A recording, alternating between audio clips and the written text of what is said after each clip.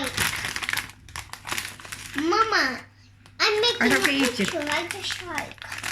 I want to make a picture like a shark.